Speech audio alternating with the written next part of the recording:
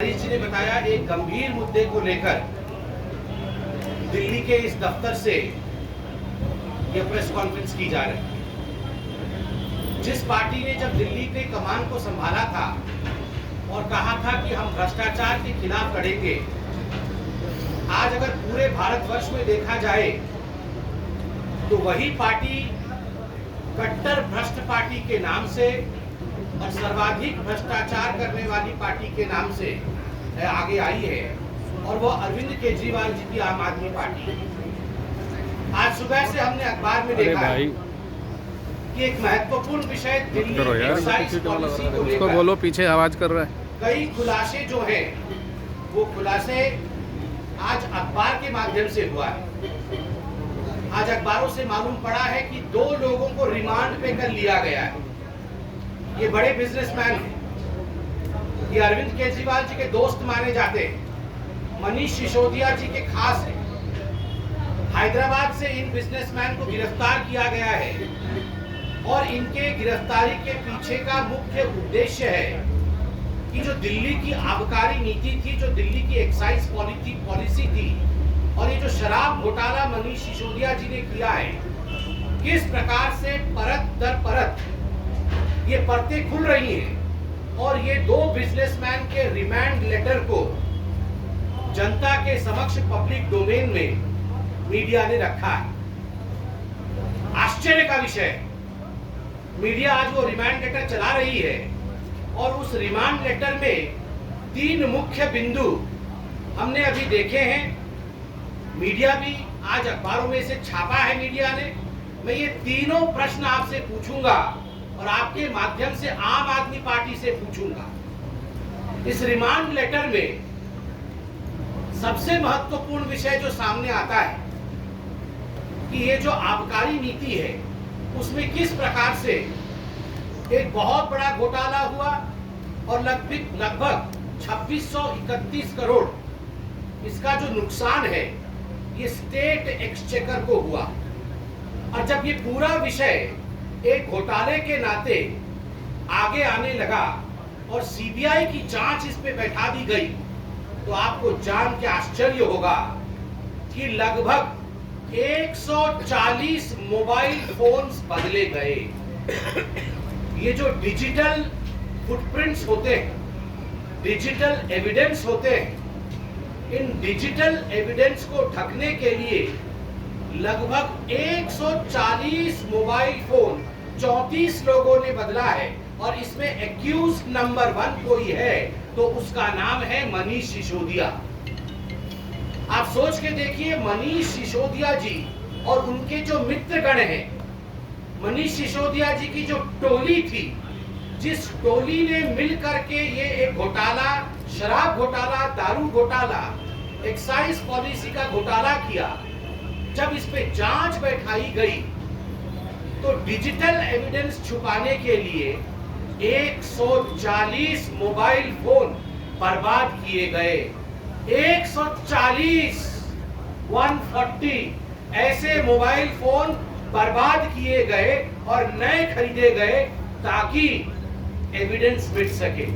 और बंधुगण, ऐसे 140 फोन पर मनीष सिसोदिया जी और उनके साथियों ने कुल मिलाकर के 1 करोड़ 20 लाख रुपए खर्च किए। 1 करोड़ 20 लाख रुपए इस प्रकार के 140 मोबाइल फोन। सोचिए, जो सादगी की कसम खाते थे, जो गारंटी लेते थे हम राजनीति में नहीं आएंगे, जो गारंटी लेते थे हम अपना खुद का घर नहीं बनाएंगे, जो गारंटी लेते थे हम जीवन भर ऑटो रिक्शा में चलेंगे, ऑटो में लटक लटक के आएंगे, हमारे पास तो मोबाइल फोन और हमारे पास लैपटॉप नहीं है, उस मनीष सिसोदिया ने अरविंद केजरीवाल के कहने पे ऐसा 140, देखिए जरा किसी का फोन आ रहा है, आएगा फोन, आएगा लोगों का, लोग जग गए हैं।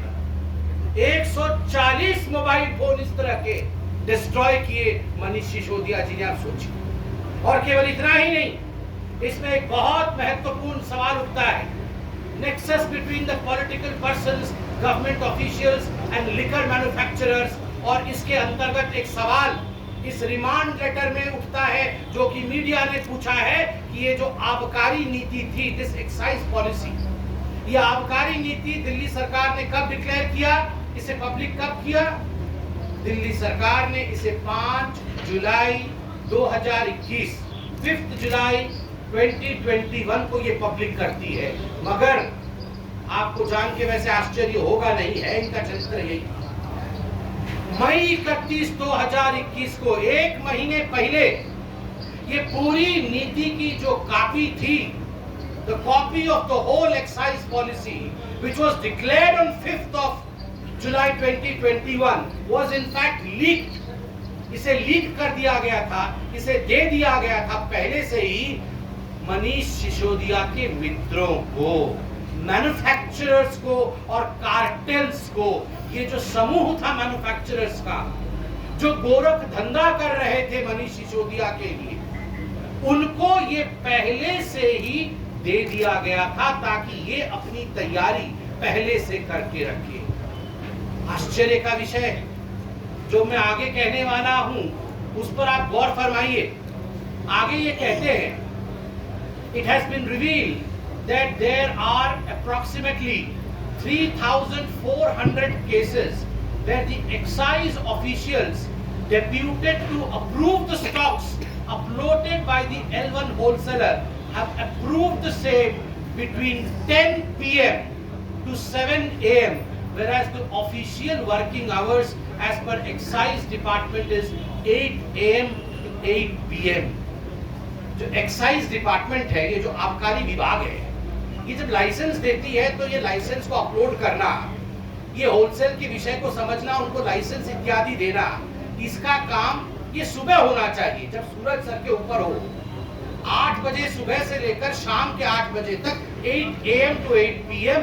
मगर लगभग 3050 ऐसी होलसेल कंपनी है, ये जो मनीष सिसोदिया की यार कंपनियां जिसको हम कह सकते हैं, उनकी कंपनियां हैं जिनको रातों रात सुबह भी काम और 10 बजे रात से लेकर सुबह 7 बजे 10 PM to 7 AM उस समय भी ये लाइसेंस अपलोड करने का काम ये मनीष सिसोदिया के कहने पर एक्साइज विभाग कर रही थी। आप सोच लीजिए। और सबसे बड़ा विषय जो इस रिमांड लेटर में है और जो आज मीडिया ने उछाला है, अखबारों की सुर्खियां जो बनी है, इस पूरे विषय में घोटाले के कारण जिस प्रकार का अनड्यू फेवर मनीष सिसोदिया और केजरीवाल जी ने अपने यारों को पहुंचाया, एडवांस पेमेंट किया गया।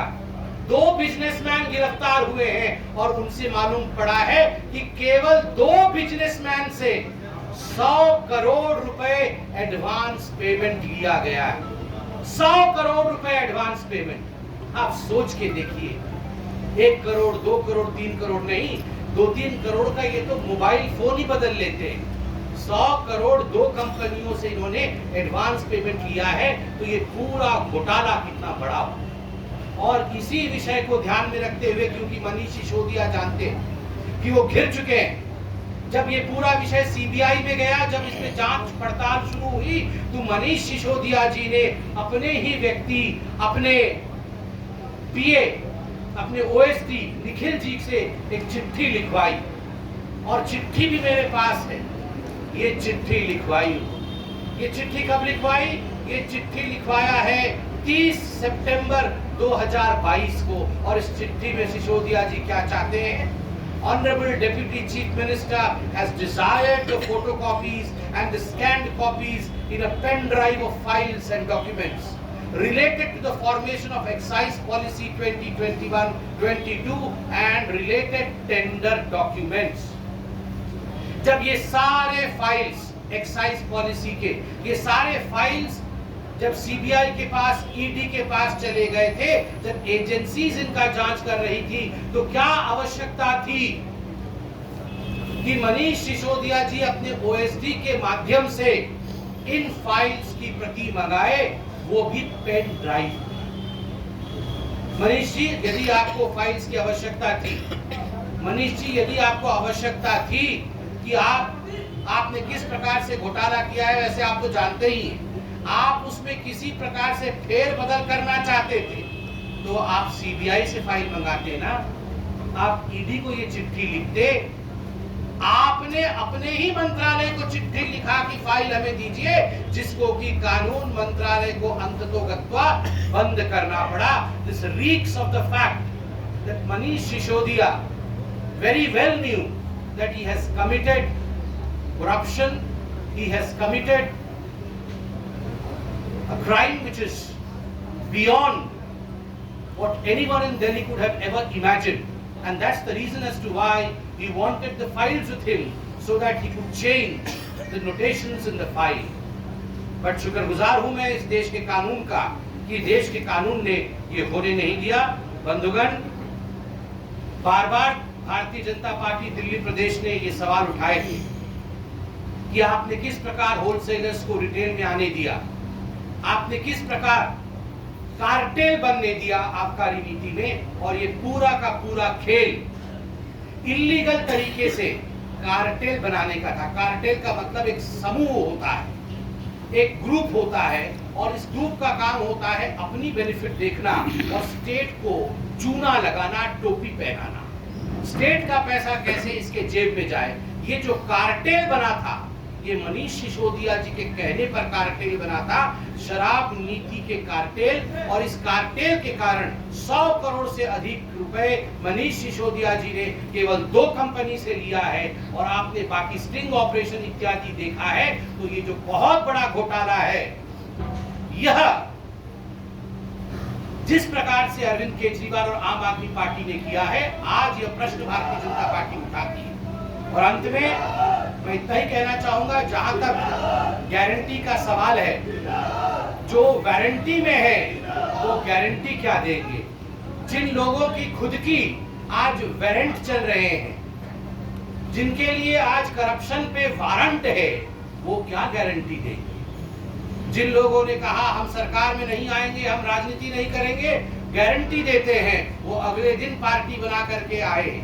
जिन लोगों ने कहा हम गाड़ी नहीं लेंगे, गारंटी देते हैं उन लोगों ने गाड़ी खरीदी, आज सरकारी गाड़ी में घूम रहे हैं। जिन लोगों ने कहा हम सरकारी घर नहीं लेंगे, गारंटी देते हैं, उस गारंटी को उन्होंने पैरों तले रोंधा। जिन लोगों ने कहा हम भ्रष्टाचार की सफाई करेंगे, उन लोगों ने उस गारंटी को तोड़ करके आज भ्रष्टाचार की पराकाष्ठा को स्थान दिया है दिल्ली में। आज कट्टर बेईमान, कट्टर भ्रष्ट पार्टी बनके आम आदमी पार्टी उभरी है। इतना ही कह के मैं अपने वक्तव्य को समाप्त करूंगा। मैं निवेदन करूंगा आदरणीय आशीष सूद जी से, यदि वो इस पे कुछ जोड़ना चाहें तो स्वागत है। बहुत